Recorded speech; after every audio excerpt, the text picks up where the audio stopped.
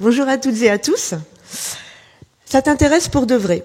Je veux dire ce que je fais sur le téléphone, avec YouTube, tout ça. J'aime bien parler avec toi. C'est comme si j'étais quelqu'un d'important. C'est par ces mots de Léana, 10 ans, que je vous invite à entrer ensemble dans cette conférence de consensus. Grâce à Léana, voici posée la première pierre qui a conduit à la mise en place de cette conférence. Et j'ai oublié le clic. Ça s'appelle un effet raté. J'ai pas... Bon, vous n'avez pas oublié Léana pendant tout ce temps. Hein. Donc, Léana, 10 ans. Entrons avec Léana dans cette conférence. Donc, voici posée la première pierre qui a conduit à la mise en place de cette conférence. Un profond intérêt porté au sens social des apprentissages scolaires et extrascolaires. Et au-delà, un désir ardent, comprendre.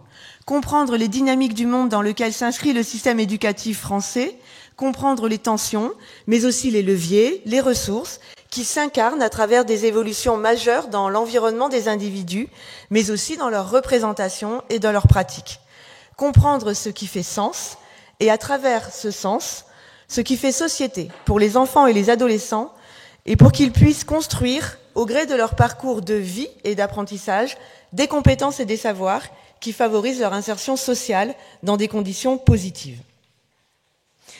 Incontestablement, nous sommes face à ce que Éric Fassin nomme un moment critique, autrement dit un moment qui est propice à une prise de conscience collective pour repenser notre façon d'être au monde et nos moyens d'action. Nous devons réfléchir ensemble au nouveau, entre guillemets, rapport au monde et à l'existence, notamment en ce qui concerne les apprentissages dits parfois du XXIe siècle. Que signifie apprendre à l'heure où les institutions classiques comme l'école ou la famille ne sont plus vues comme les seules sources de savoir et de socialisation? Comment une société va valider ce que nous apprenons et sur quels critères?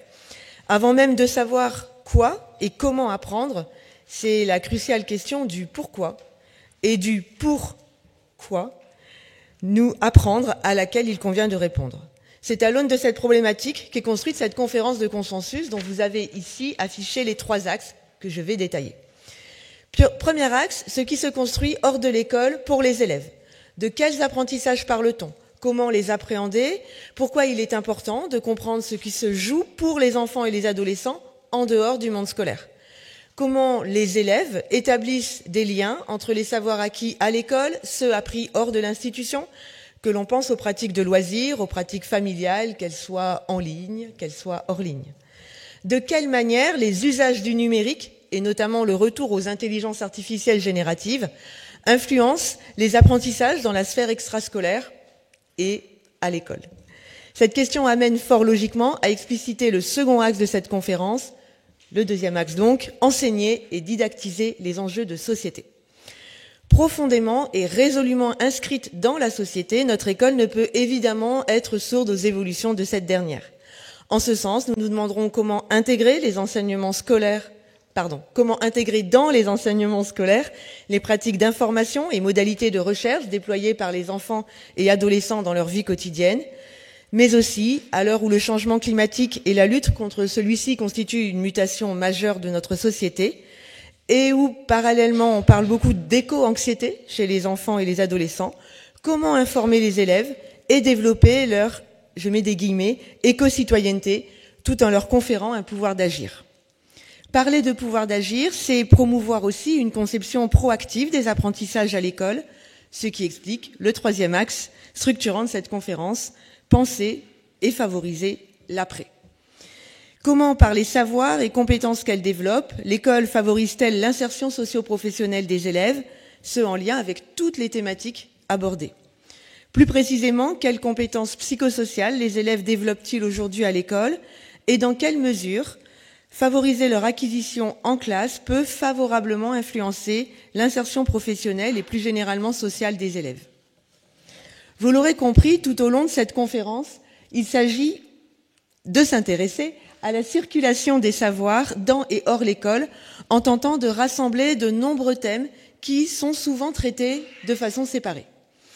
À l'occasion de cette première journée, nous allons précisément partir à la rencontre de ce hors l'école qui a tant à nous apprendre aussi pour comprendre le dans l'école et plus encore améliorer l'école et avec elle, bien sûr, la société.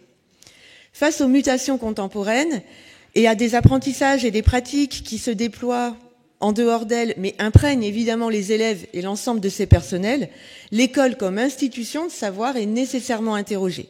Certes, elle a toujours, et heureusement, pour mission de socialiser par le savoir et en tant qu'institution, elle doit perpétuer une société en unissant ses membres autour de valeurs communes et en transmettant une culture collective. Mais elle doit aussi faire face à de nouvelles attentes qu'il nous revient de bien cerner aujourd'hui.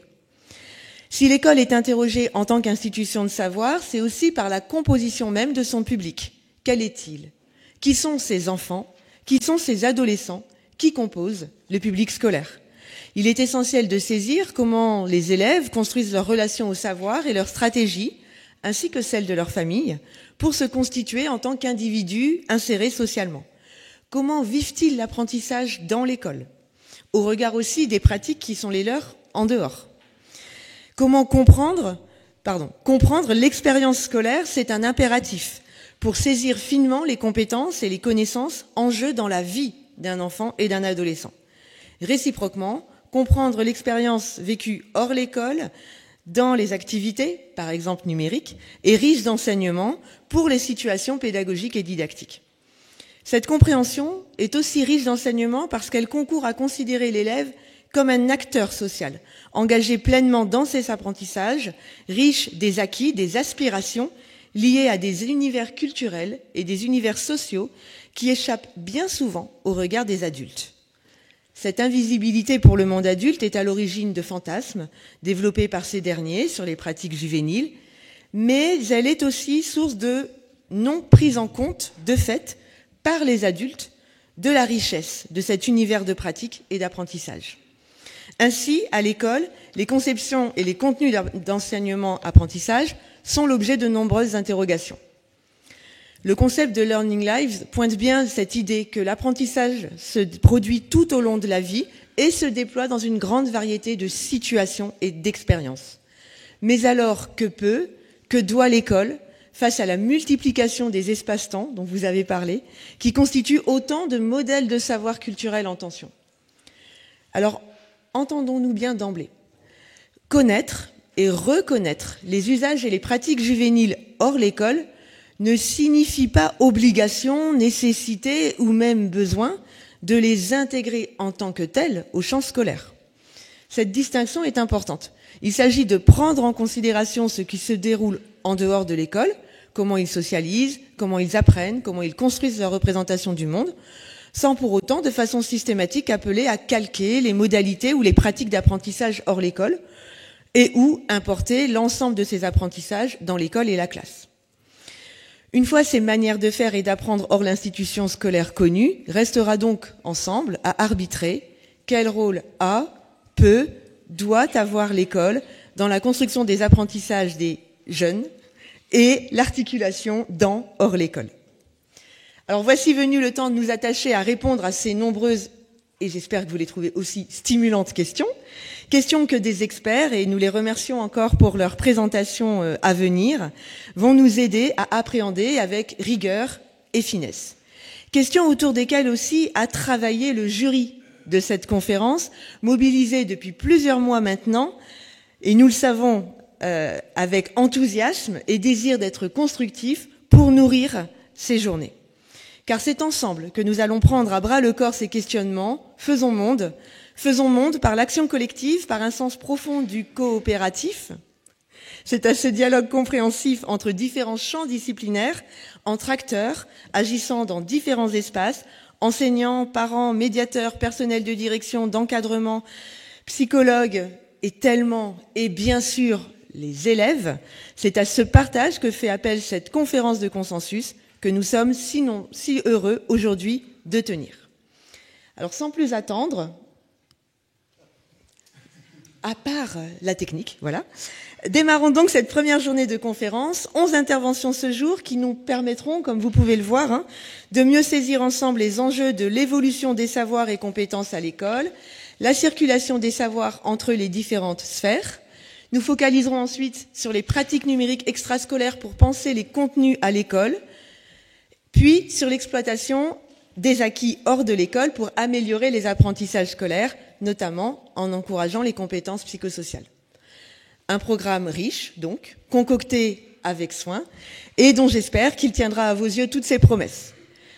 Au nom de la coprésidence de cette conférence que donc je représente avec Cédric Flukiger, ici présent aussi, je vous souhaite à toutes et à tous une très belle et, disons-le, joyeuse conférence de consensus, et me permet juste pour conclure de céder virtuellement la parole à Michael, professeur documentaliste en lycée général technologique et professionnel, que je charge ainsi de vous passer le relais et de donner le ton de la journée. Il y a tout un univers à découvrir ensemble, car les élèves ont aussi beaucoup à nous apprendre et c'est passionnant. C'est passionnant de sortir de notre zone de confort, de chercher à les connaître mieux.